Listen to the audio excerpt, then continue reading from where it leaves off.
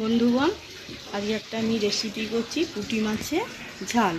প্রথমে এই পুঁটি মাছটা একটু ঘষে ভালো করে ধুয়ে নিতে হবে, তারপরে নুন আর গরম জল দিয়ে এটা ভালো করে ধুতে হবে পরিষ্কার করে।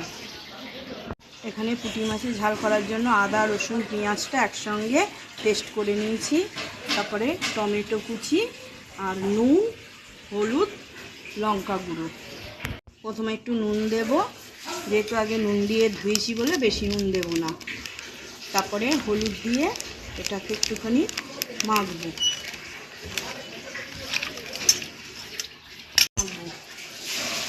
কড়াটা গরম হয়ে গেছে, এবারে কড়াতে আমি তেল দিয়ে দেব। দেখুন বন্ধুরা, আমি তেল গরম হয়ে গেছে, এবারে তেলের ওপরে মাছটা আস্তে আস্তে ছেড়ে দেবো।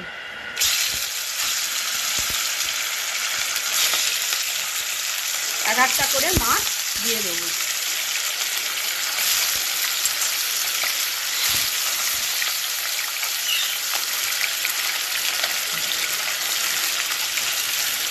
মাছ দেওয়া হয়ে গেল, এবারে এটা ভাজা হবে। দেখুন বন্ধুরা, এক পিস মাছ ভাজা হচ্ছে, এবারে পিসটা উল্টে দেবো। উল্টে দিয়ে মাছটা ভাজতে থাকবে।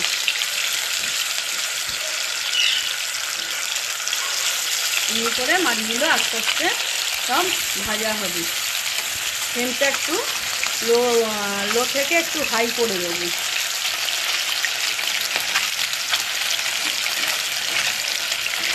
মাছগুলো তাহলে গোটা গোটা থাকবে। দেখুন মাছ ভাজা হয়ে গেছে, এবারে আস্তে আস্তে করে সব তুলে নেব। মাছগুলো সব তুলে নেব।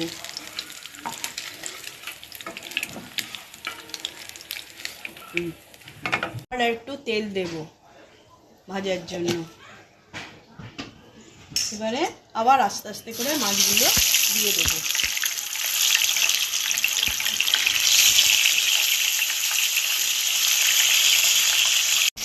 দেখুন বন্ধুরা, এমনি করে মাছগুলো ভাজবো, বাকি মাছগুলো সব ভেজে নেব ভালো করে। দেখুন এখানে কড়কড়ে করে মাছ ভেজে রেখেছি ভালো করে। মাছ ভাজার যা তেল আছে, এই তেলের মধ্যেই আমি আদা রসুনের পেস্টটা দিয়ে দেবো কিছুটা। তারপরে কিছুটা টমেটো দেব। তারপর একটু নুন দেব। তারপর একটু হলুদ দেব।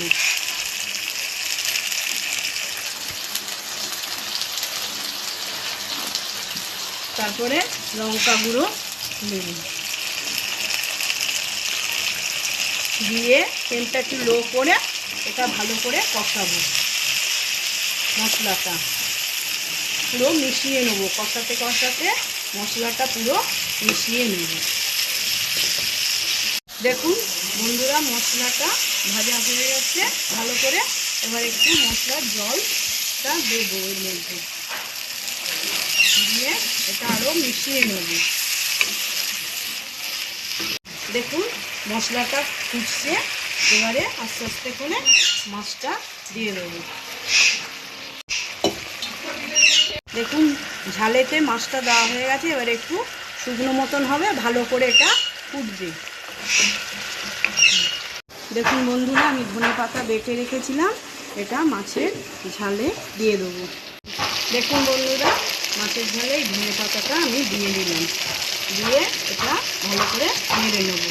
মাছের ঝালটা গ্রেভি হয়ে গেছে, গ্রেভি মতন হয়ে গেছে। দেখুন এবারে এটা ধনেপাতাটা আমি ভালো করে মিক্স করে মাখিয়ে দিয়ে দেবো। এটা হয়ে গেছে, এবারে আমরা নামিয়ে নেব।